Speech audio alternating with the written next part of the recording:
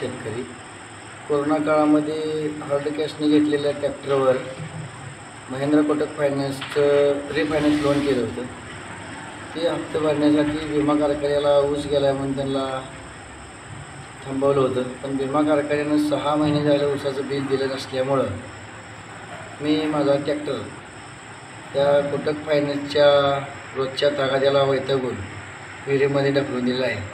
एकतर पाऊस पाणी नाही, दुसरीकडे विमा कारखान्यानं माझा ऊस घेऊन 6 महिने झाले.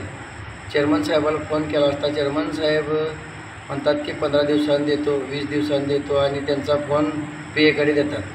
मुन्ना साहेबांना फोन केला असता त्यांनी 2 वेळा फोन उचलला नाही. आज दिवसात त्यांना 2 ते 3 वेळा फोन केला आहे. आणि यापुढे जर या कोटक महिंद्रा फायनान्सवाल्याने मला काय मानसिक त्रास दिला तर आज या ठिकाणी ट्रॅक्टर रेट टाकलेला आहे. उद्या काय करू शकतो हे त्यांनाही पूर्ण माहिती आहे. यापुढील निर्णय हा त्या दोघांनी मिळून घ्यायचा आहे आणि याची सगळी जबाबदारी विमा कारखाना आणि कोटक महिंद्रा फायनान्स यांच्यावर राहील.